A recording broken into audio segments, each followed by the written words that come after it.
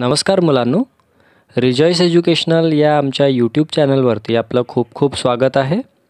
वर्ग 8वा मराठी मीडियम सामान्य विज्ञानचं पुस्तक पान क्रमांक 116 वरती आपण आलेलो आहे. पान क्रमांक 116 वरती आपल्याला आता बघायचं आहे 17वा अध्याय. 17व्या अध्यायाचं नाव आहे मानवनिर्मित पदार्थ. तर बघा मुलांनो, आपल्या प्रकृतीमध्ये सृष्टीमध्ये आपल्याला बऱ्याचशा वेगवेगळ्या पदार्थ बघायला मिळतात. वेगवेगळ्या पदार्थांचा आपण या आधी अभ्याससुद्धा केलेला आहे. तर त्यातील काही पदार्थ असे असतात जे निसर्गाने निर्माण केलेले आहेत आणि काही पदार्थ असे असतात जे मानवाने स्वतः निर्माण केलेले आहे आपल्या सोयीसाठी. तर बघा, या ठिकाणी आपल्याला मानवनिर्मित पदार्थ यांच्याबद्दल या पाठामध्ये या अध्यायामध्ये शिकून घ्यायचं आहे. तर पाहूया. तुमच्या घरात, शाळेत, सभोवती आढळणाऱ्या 20 मानवनिर्मित वस्तूंची यादी तयार करा व चर्चा करा. आपल्याला म्हटलेलं आहे आपल्या घराभोवती किंवा शाळेभोवती आपला जो सभोवताल आहे, आपली जी परिसंस्था आहे, त्या परिसंस्थेमध्ये आपल्याला सापडणाऱ्या 20 मानवनिर्मित वस्तूंची यादी करायची आहे व त्यांच्यावरती चर्चा करायची आहे. आपल्याला दिलेलं आहे आपण दैनंदिन व्यवहारात अनेक प्रकारच्या वस्तू वापरतो. त्या लाकूड, काच, प्लास्टिक, धागे, माती, धातू, रबर अशा अनेक पदार्थांपासून बनलेल्या असतात. त्यापैकी लाकूड, खडक, खनिजे, पाणी यासारखे पदार्थ नैसर्गिकरित्या उपलब्ध होतात, म्हणून त्यांना निसर्गनिर्मित पदार्थ म्हणतात. म्हणजे जे निसर्गाने आपोआप तयार केलेले आहे अशा पदार्थांना निर्मित पदार्थ म्हणतो. जसं लाकूड आहे, खडक आहे, खनिजे आहे, पाणी आहे, हे जे पदार्थ आहे हे निसर्गामध्ये आपोआप तयार झालेले आहे, ते मानवाने तयार केलेले नाही आहे. मानवाने नैसर्गिक पदार्थांवर प्रयोगशाळेत संशोधन केले. जेवढेही नैसर्गिक पदार्थ होते, या नैसर्गिक पदार्थांवरती संशोधन करून या संशोधनाचा उपयोग करून कारखान्यात वेगवेगळ्या पदार्थांचे उत्पादन करण्यात आले आणि आपल्याला उपलब्ध असलेल्या, आपल्याला मिळालेल्या नैसर्गिक पदार्थांपासूनच आपण मानवनिर्मित पदार्थ तयार करू शकतो. त्यांच्यावर आपल्याला प्रक्रिया करायची गरज असते. अशा प्रकारे तयार करण्यात आलेल्या पदार्थांना मानवनिर्मित पदार्थ म्हणतात आणि कारखान्यामध्ये वेगवेगळ्या प्रक्रिया करून जे वेगवेगळे पदार्थ आपण तयार करत असतो त्यांना आपण मानवनिर्मित पदार्थ म्हणू शकतो. उदाहरण: काच, प्लास्टिक, कृत्रिम धागे ज्याला आपण सिंथेटिक असं सुद्धा म्हणतो, त्यानंतर थर्मोकॉल इत्यादी. आता आपण काही मानवनिर्मित पदार्थांची माहिती मिळवूया. आपल्याला काही मानवनिर्मित पदार्थांची माहिती आता या ठिकाणी सखोल मिळवायची आहे. तर बघा, आपल्या घरातील वस्तूंमध्ये वापरण्यात आलेले पदार्थांचे खालील तक्त्यात वर्गीकरण करा. विविध वस्तूंच्या संदर्भ घेऊन तक्ता वाढवा. आपल्याला एक तक्ता दिलेला आहे. सुरुवातीला आपण या तक्त्यामध्ये पाहून घेऊ काय काय वस्तू दिलेल्या आहे. तर बघा, या ठिकाणी वस्तूचे नाव दिलेलं लाकडी खुर्ची मानवनिर्मित पदार्थ आहे किंवा नैसर्गिक पदार्थ आहे हे आपल्याला सांगायचं आहे. तर लाकडी खुर्ची जी असते, तर या लाकडी खुर्चीला त्यात जो वापरलेला पदार्थ असतो तो निसर्गनिर्मित पदार्थ आहे. कारण जे लाकूड आपण वापरत असतो ते झाडापासून आपल्याला मिळत असते, वृक्षापासून मिळत असते आणि वृक्ष हे आपोआप निसर्गामध्ये तयार होत असतात. वृक्षाला आपण तयार करू शकत नाही. त्यानंतर दुसरी वस्तू दिलेली आहे कंगवा. तर कंगवा जो असतो तो मानवनिर्मित पदार्थ प्लास्टिक याच्यापासून तयार झालेला असतो, त्यामुळे आपण कधीही कितीही कंगवे तयार करू शकतो. त्यानंतर आता आपल्याला पान क्रमांक 16 वरती बघायचं आहे प्लास्टिक हा जो एक मानवनिर्मित पदार्थ आहे त्याच्याबद्दल आपल्याला सखोल माहिती या ठिकाणी दिलेली आहे. आकार्यता गुणधर्म असणारे व सेंद्रिय बहुवारिकांपासून बनवलेले मानवनिर्मित पदार्थ म्हणजे प्लास्टिक होय. सगळ्याच प्लास्टिकची रचना एकसारखी नसते. वेगवेगळ्या प्रकारचे प्लास्टिक या ठिकाणी आपल्याला आढळत असतात. त्यानंतर आपण पाहू शकतो की वेगवेगळ्या प्रकारच्या वस्तू वेगवेगळ्या प्रकारच्या प्लास्टिकने तयार झालेल्या असतात. जसं आपली प्लास्टिकची पिशवी ही असते, ही वेगळ्या प्रकारे तयार झालेली असते आणि प्लास्टिकची खुर्ची प्लास्टिकचा टेबल हे वेगळ्या प्लास्टिकने तयार झालेले असतात. अशा प्रकारे आपण यांचं वर्गीकरण करू शकतो. काहींची रचना रेखीय तर काहींची चक्राकार असते. उष्णतेच्या होणाऱ्या परिमाणाच्या आधारावर प्लास्टिकचे 2 प्रकारात विभाजन करता येईल. ज्या प्लास्टिकला हवा तसा आकार देता येतो त्यास थर्मोप्लास्टिक, त्याला आपण उष्णमृदू म्हणतात. थर्मोप्लास्टिक किंवा उष्णमृदू असं म्हणतात.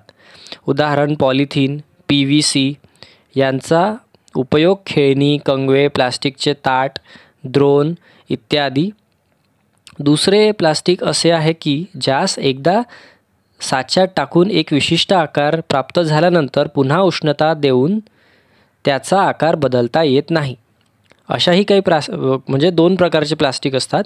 ज्यामध्ये एक प्लास्टिक असं असतं ज्यामध्ये उष्णता देऊन त्या प्लास्टिकचा आपण आकार बदलू शकतो आणि दुसरं प्लास्टिक असं असतं ज्यामध्ये उष्णता देऊन आपण या ठिकाणी प्लास्टिकचा जो आकार आहे तो आकार जो आकार आहे तो बदलू शकत नाही.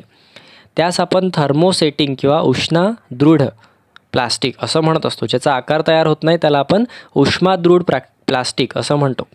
याचे उपयोग म्हणजे घरातील विद्युत उपकरणांची बटणे, कुकरचे हँडलवरील आवरण इत्यादी असे विविध प्रकारचे उपयोग या प्रकारच्या प्लास्टिकचे असतात. जोड माहिती या ठिकाणी आपल्याला दिलेली आहे.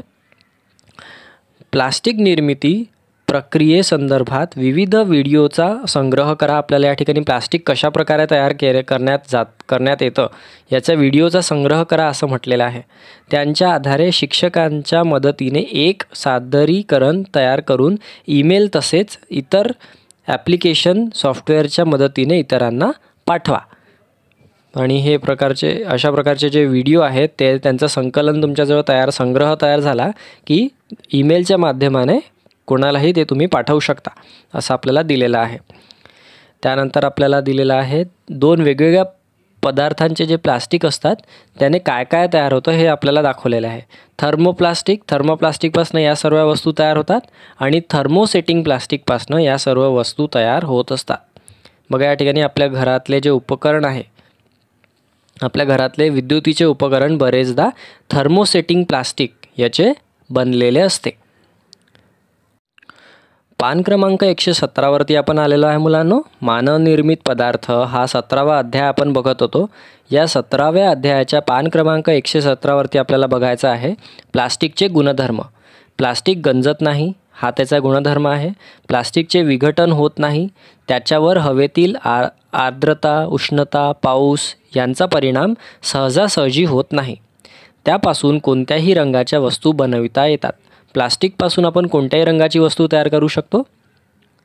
आकार्यता या गुणधर्मामुळे कोणताही आकार देता येतो. आणि आकार्यता हा जो गुणधर्म आहे प्लास्टिकचा त्याच्यामुळे प्लास्टिकला आपण कुठल्याही आकारामध्ये या ठिकाणी तयार करू शकतो. उष्णता आणि विद्युत याचा दुर्वाहक आहे. उष्णता आणि विद्युत या दोघांचाही दुर्वाहक आहे प्लास्टिक. यामधून उष्णता आणि विद्युत वाहू शकत नाही. वजनाने हलके असल्यामुळे वाहून नेण्यास सोयीचे आहे. आपण या ठिकाणी लक्षात घेऊ शकतो मुलांनो, एखादा लोखंडी बेंच उचलायचा असेल तर आपल्याला जास्त वजन या ठिकाणी जास्त श्रम करावे लागते. पण त्याच्याच जागी जर एखादा प्लास्टिकचा बेंच असेल तर आपण तो अतिशय सोप्या पद्धतीने उचलू शकतो. तर या ठिकाणी प्लास्टिक जे आहे ते वजनाने हलके असते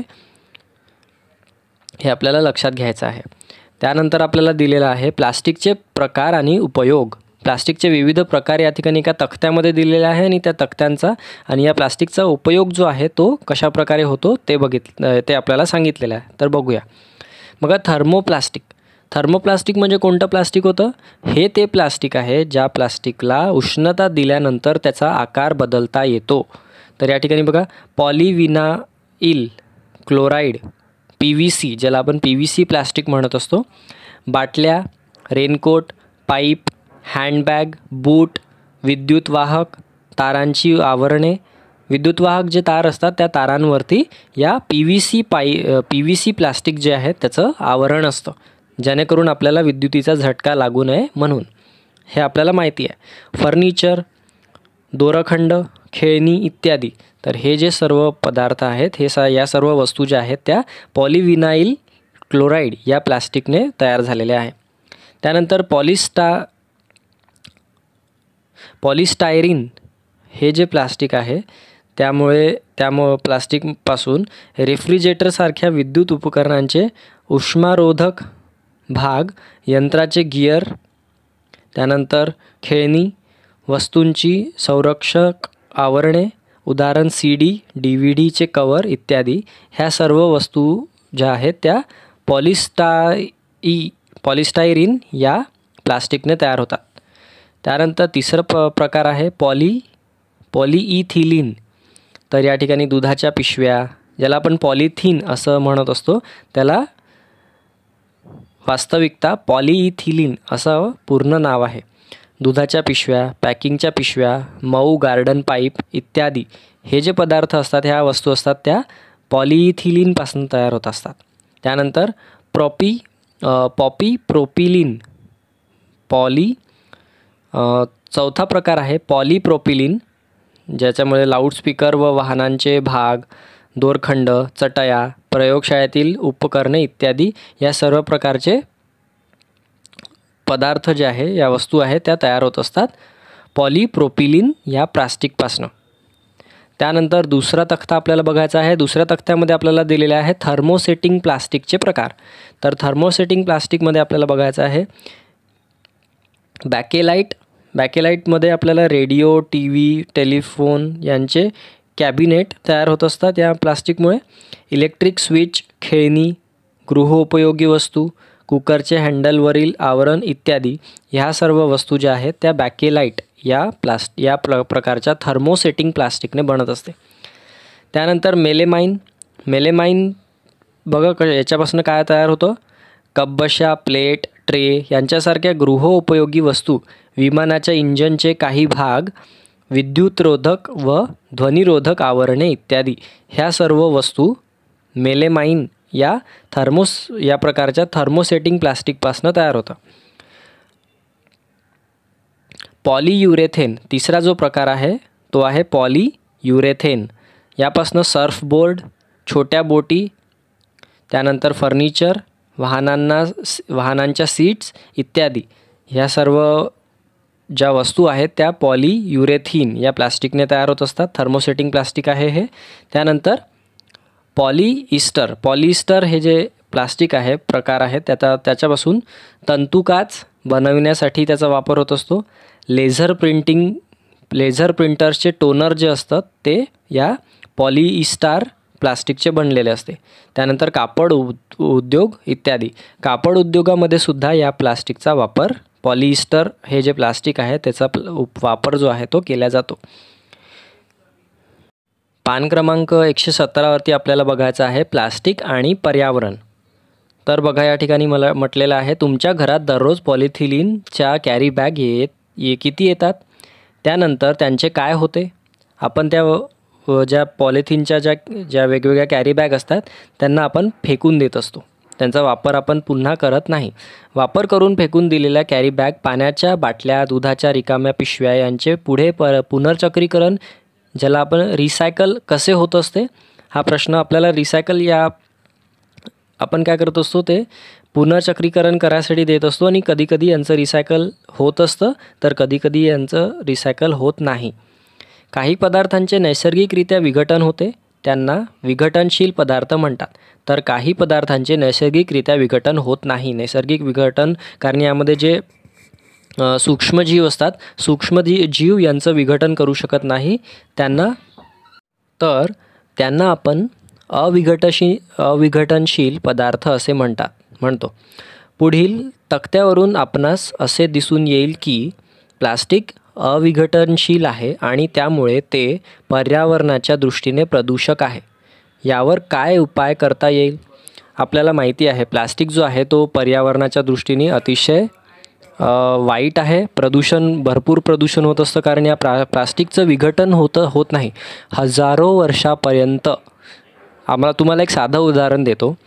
तुम्ही जर एक पार्लेजीचा पुडा खाल्ला, पार्लेजीचा बिस्किटचा पुडा तुम्ही खाल्ला आणि त्या पार्लेजीच्या बिस्किटचा पुडा जर तुम्ही कचऱ्यात फेकून दिला, तो पार्लेजीचा पुडा, तो जो पुडा आहे तो पुढच्या हजारो वर्षापर्यंत पर्यावरणामध्ये तसाच राहणार आहे. तुम्हीसुद्धा तुमचं जीवन संपून जाईल, पण तुम्ही ज्या अख्ख्या जीवनामध्ये जेवढ्या प्लास्टिकच्या थैल्या, जेवढ्या पिशव्या वापरलेल्या आहेत, त्या आतापर्यंत जेवढ्या वापरल्या त्या अजूनही पर्यावरणात तशाच आहेत. हे तुम्हाला लक्षात घ्यायचं आहे. त्यामुळे प्लास्टिकचा वापर आणि त्यामुळे प्लास्टिकवर बरेचदा बंदी पण येत असते. त्यानंतर पुन्हा ती बंदी उठत असते. पुन्हा लोक प्लास्टिकचा वापर करायला लागतात. त्यामुळे आपल्याला या ठिकाणी एक गोष्ट लक्षात ठेवायची आहे की प्लास्टिकचा जो वापर आहे तो अतिशय सांभाळून करायचा आहे. कारण प्लास्टिक जे आहे ते पर्यावरणाच्या दृष्टीने अतिशय हानिकारक आहे. जे प्राणीमात्र आहे, हवेसाठी, मातीसाठी, पाण्यासाठी सगळ्या गोष्टींसाठी प्लास्टिक जे आहे ते अतिशय प्रदूषक आहे, हानिकारक आहे.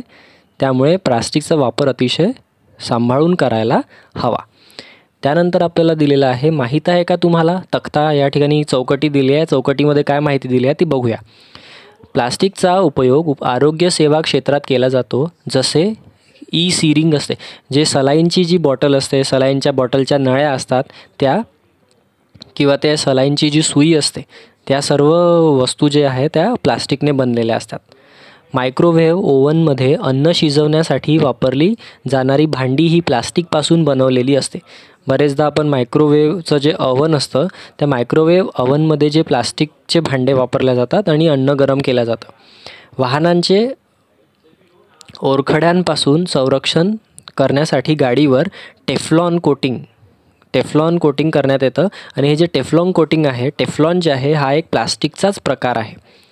त्यानंतर प्लास्टिकचे 2000पेक्षा जास्त प्रकार आहेत. विमानाचे काही भाग जोडण्यासाठी काही प्रकारच्या प्लास्टिकचा उपयोग होत असतो. भिंगे, कृत्रिम दात बनविण्यासाठी पॉलीॲक्रेलिक प्लास्टिकचा वापर होतो. तर अशा प्रकारे आपण या ठिकाणी समजून घेऊ शकतो की प्लास्टिकचा वापर कोणत्या वेगवेगळ्या क्षेत्रात होत असतो. उद्योगाच्या क्षेत्रात होत असतो, आपल्या घरगुती क्षेत्रात होत असतो, त्यानंतर आरोग्यसेवा क्षेत्रात होत असतो. असे बरेचसे क्षेत्र आहे ज्या क्षेत्रांमध्ये प्लास्टिकचा वापर जो आहे तो होत असतो.